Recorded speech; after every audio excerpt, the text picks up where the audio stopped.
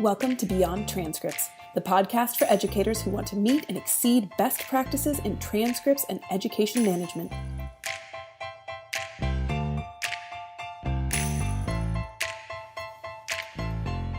Whether you're a homeschooling veteran or just thinking about dipping your toes in the water, having some ideas for how to make this a smooth process can be really helpful. So today, we're joined by Holly Urbach, a homeschooling veteran who has homeschooled her 5 older children from elementary school through high school, graduating 4 of them, and she'll be starting her homeschooling journey again with her 6th child soon. She shares lots of great ideas for us, both for parents and for kids, about how to make the most of a homeschool experience. Having an organization that you're involved with, a sense of community can really be helpful. Gathering tips, ideas, and resources, Holly shares what she's found helpful, how she's been so rewarded by this journey, and shares a little bit of what her kids have taken from it. She also lets us know about how to help make a smooth transition to or from homeschool if that's a part of your journey. Stick around.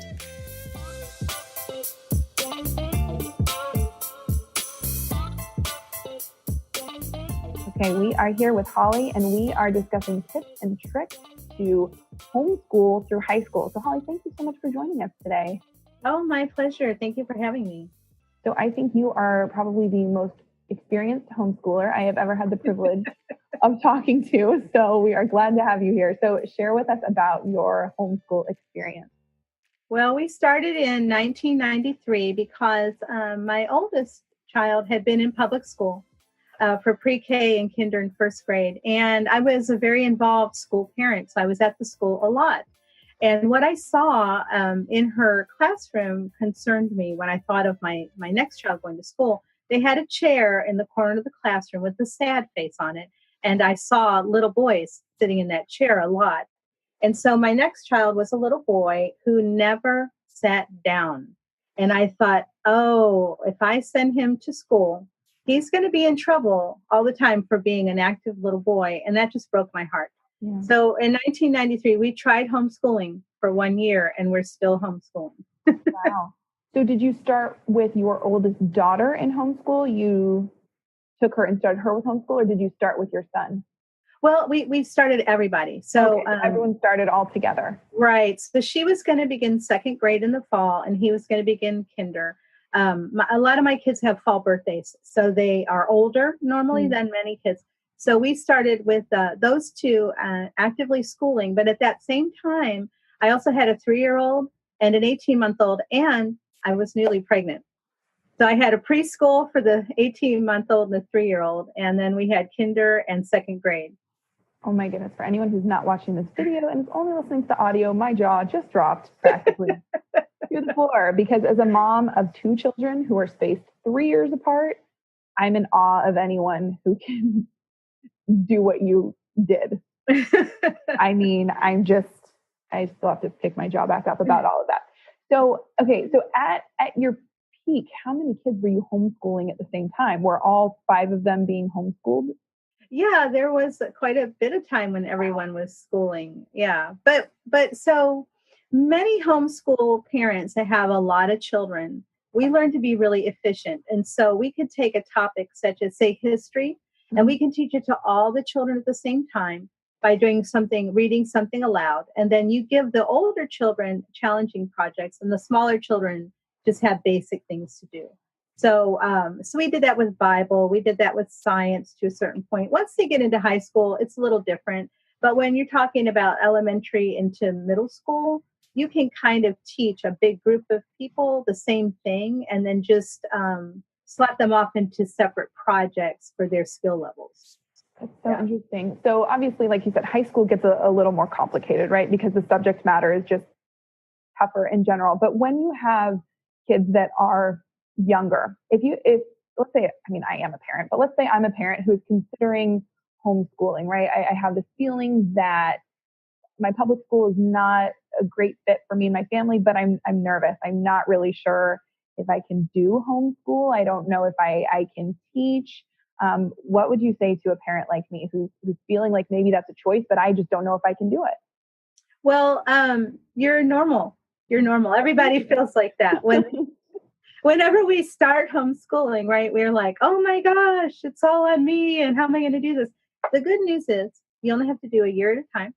You only have to do a day at a time, really. And people worry, like I counsel a lot of homeschoolers and they'll say, well, what if I don't know everything? And I say, you only have to be a few pages ahead in the book.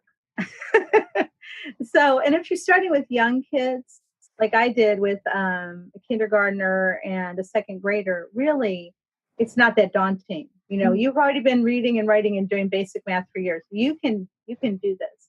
And we grow and we mature as our students grow and mature. And so every year I got more abilities and I got more comfortable and, I can still do basic algebra. So it was rewarding for me as well.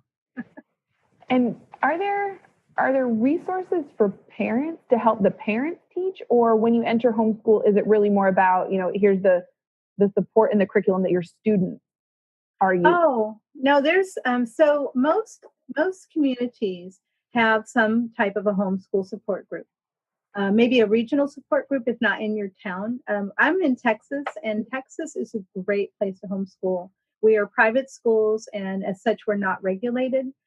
So we're really free to do a lot of great things with our kids. And we have a lot of organizations of support. We have a state organization, and then there are smaller regional organizations, and there are city organizations. I'm involved in a county organization here where I live. So, there's a lot of support for parents to help you with your homeschooling. And I know that one of the, again, sort of knowing a parent like myself who's maybe, could this be an option? Here are some of the things that I think might not work. I know in my area, when parents have considered homeschooling, they sort of worry about more of that social aspect. Oh, yeah. Can you speak to that? That makes me laugh so hard because I have to tell people to please go home and do some school. Homeschoolers are socialized very well. They're very well-rounded. Homeschool kids interact with adults and kids of all ages.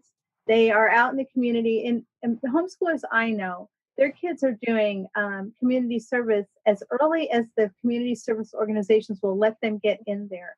They are volunteering at the animal shelter. They're wrapping gifts for Blue Santa. They're doing everything. I mean, they are out in the community.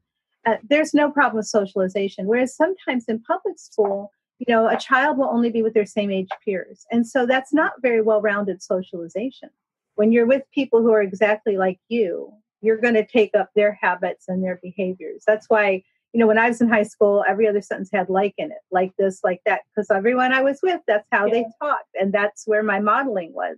Yeah. So my son just came home from camp a couple weeks ago and started saying it.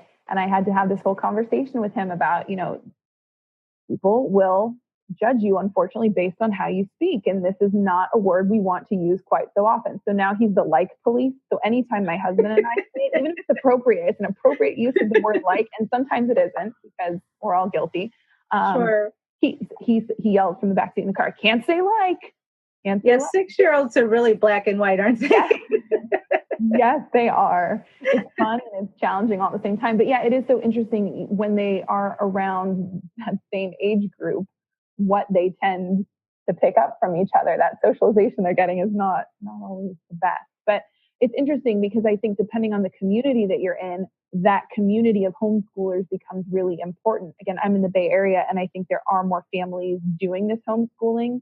But I know that's been a concern is, will there be sort of these like-minded families that, that we can connect with? But you make a great point that it's not just the kids, it's being out in the community. You're not, glued to a classroom from 8:30 until 3 p.m. You can be out in the community. You can be, involved. You don't just have to be at home.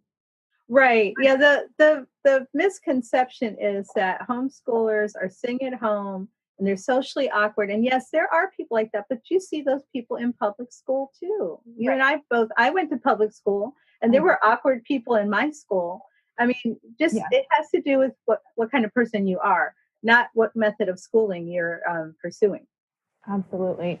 Yeah. And I think that unfortunately there are some misunderstandings about homeschool, and it's great to sort of clarify what your experience has been. So for you, what have you found the most rewarding? Let's start with for yourself as a mom and now as an educator. What's been most rewarding? Well, I'm the oldest of four children, and my mom once said to me when I was talking to her about homeschooling and things I knew about my kids, she said, I didn't know you kids that well. And I thought, Mm. wow, that's sad. I mean, I know my children really, really well. And as adults, because the five oldest are adults, we're friends. We do fun things together. We talk to each other. We go to movies together. We have a great relationship. And I think that's the most rewarding thing I'm taking away from my homeschooling experience. I'm not saying that public school families don't have great relationships with their kids. But Right. for me, to really have deep relationships with my kids, that has been the biggest reward for me. That's amazing. And so again, you're very close to your kids and they're now adults. So it's possible you've spoken about this, but what do you think, either your perception of what's been rewarding for them or maybe even what they've communicated to you that they've appreciated about their homeschool experience, especially since they're all sort of out of it except for the little one? Yeah. So it's interesting. Four of the five oldest feel like it was a very good experience. Now, my youngest adult child, she feels that it was good, but that she thinks maybe it would have been better for her to go to public school. However, I don't agree because she has some issues that I know if she had been in public school, it would have made life a little challenging for her. But Mm-hmm. she's the youngest of the five, and I think that we give her a couple more years, I think she will come to appreciate it. But yeah, the others have thanked me for homeschooling, and then they have also said, "I don't plan to do this; it's a hard job." Yeah, So, that I think is one of the things that I am most impressed by. I have a friend who our sons were in kindergarten together, and she decided to homeschool all three of her children mhm. because they were having there were concerns basically at each grade level. So she thought, well, why am I continuing to do this? I will homeschool, and I'm constantly impressed by her because parenting is a hard job on its own. And so I think then when you take on educating your kids, which many parents take so seriously, right? It's the education of our kids that's so important and this Oh yeah. sets their path for their life. It's a big responsibility. And so that's a lot to take on. And I think I know for me, from a patient standpoint, I'm just like, I could not do that. That is not me. And so I'm just always so amazed and so impressed with the parents who make that choice and who are able to support their kids in that way. It's fantastic. I just want to touch on something you mentioned because it always makes me laugh is that people will say, I don't have the patience.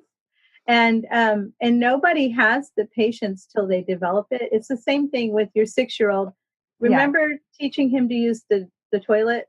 Oh, I'm And going through it now. I know it with the 3-year-old. okay. Yeah. And but you've done it already. So Right. you have more patience and more understanding. Yeah. It's the same thing. None of us who homeschool are paragons of patience. We've been through the fire to develop it, but we didn't start out as, these saintly people. And I'm not a saintly person now. Right. No, and I think that's a really good point is that, yeah, even if you don't see yourself as a patient person, that there can be success for you in this.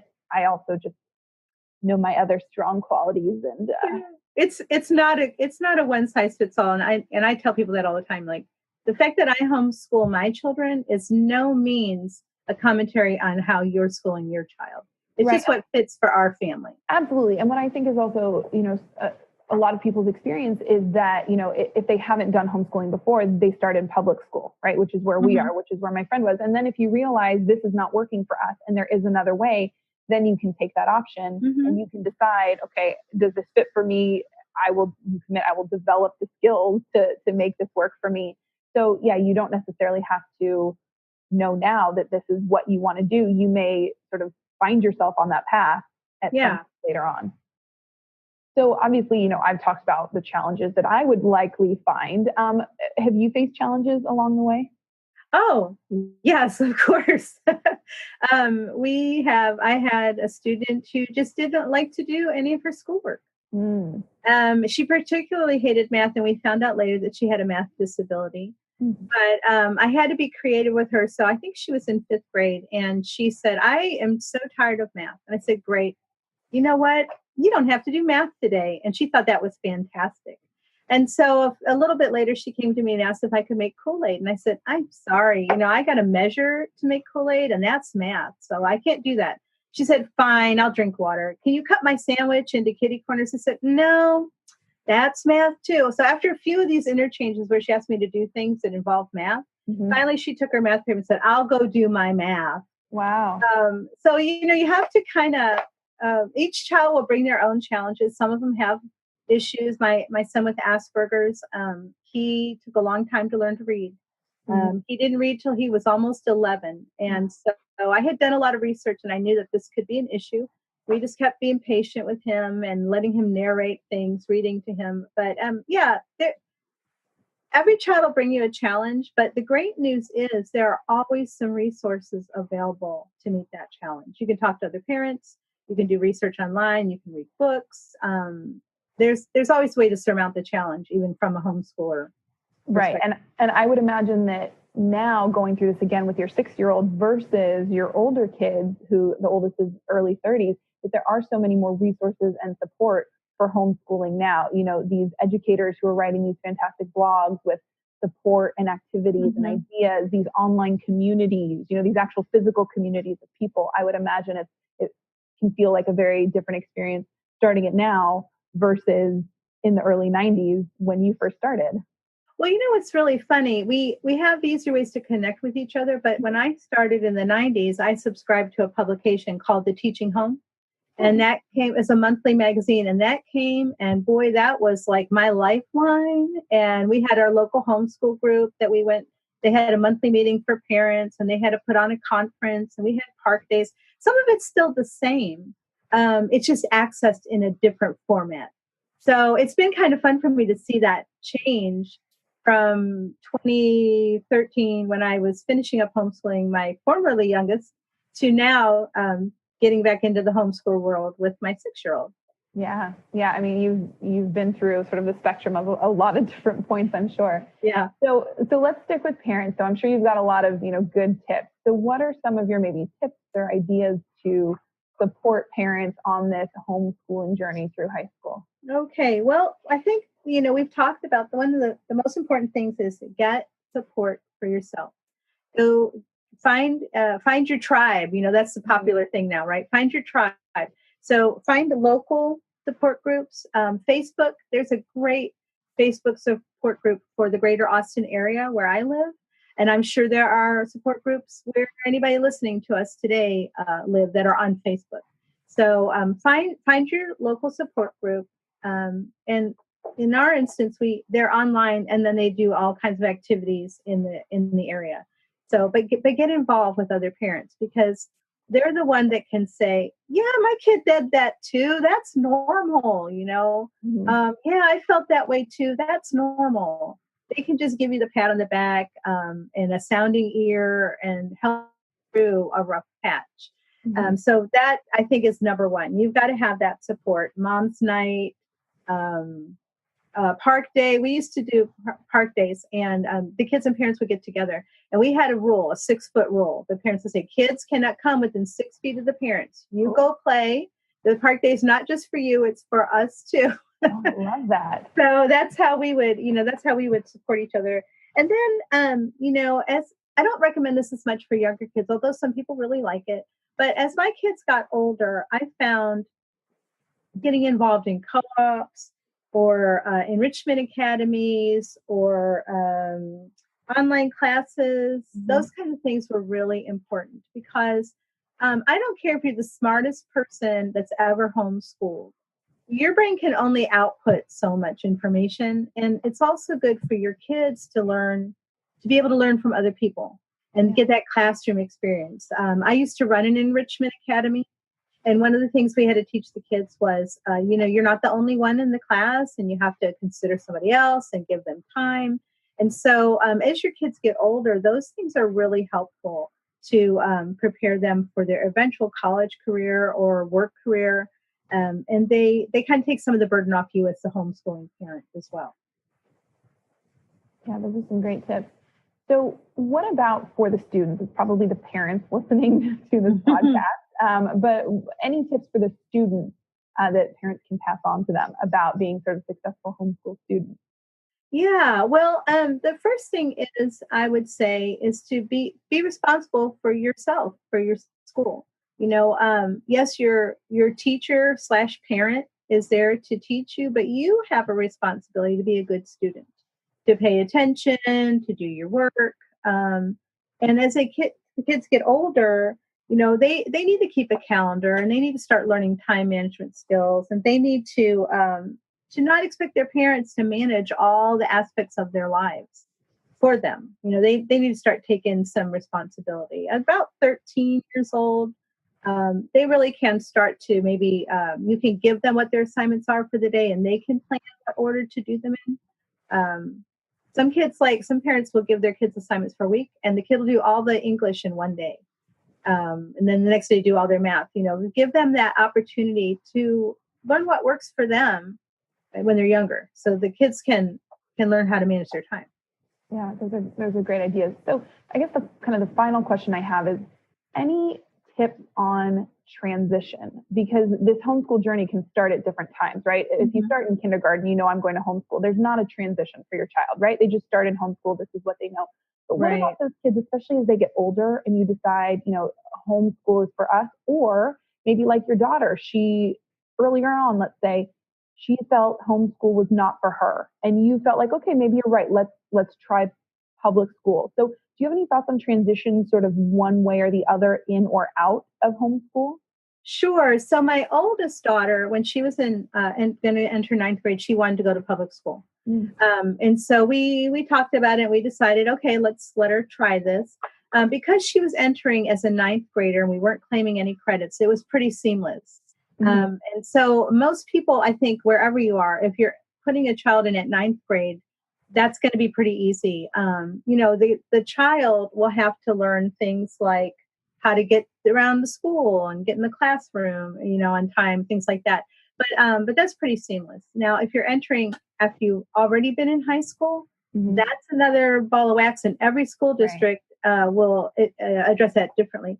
Getting kids, taking them out of public school, you would be surprised. Even when I started my daughter in second grade, she really was in a public school mindset to the point where she wanted her grilled cheese sandwich the way they made it at school on a lunch tray. And so I went to the store, like a thrift store, and I found some lunch trays. And so for a while, I did things to kind of make that transition more comfortable for her. Yeah. That's when we got involved with the park day, because she was a very sociable, very active young woman. So we started going to park day. But when you're bringing a kid out, especially if you made the decision and they weren't really involved in it, you kind of have to do things that give them a measure of comfort. Yeah. Make sure they still can be involved with their school friends from public school. But also we see issues where kids ask to be homeschooled. Yeah. And they beg, can you get me out? I want to homeschool. And especially when they're in high school, that is actually going to be really much easier because the child's already on your side. Right, already driven by them.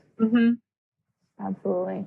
Yeah, I mean, I think those are great tips to just sort of ease that transition and make it as easy as possible for everyone. And obviously it's easier when it's motivated by the child, or they're young enough that maybe they don't feel that transition yet.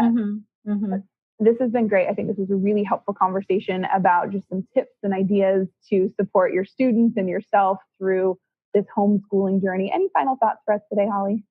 No, I think it's just, if you're going to homeschool, you're going to have to realize that there are ups and downs, and that you just need to get support to get through it, just like we do in every other area of our lives, right?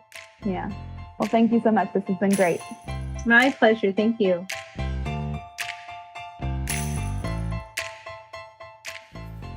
We are so thankful that Holly shared all of those great tips and ideas with us.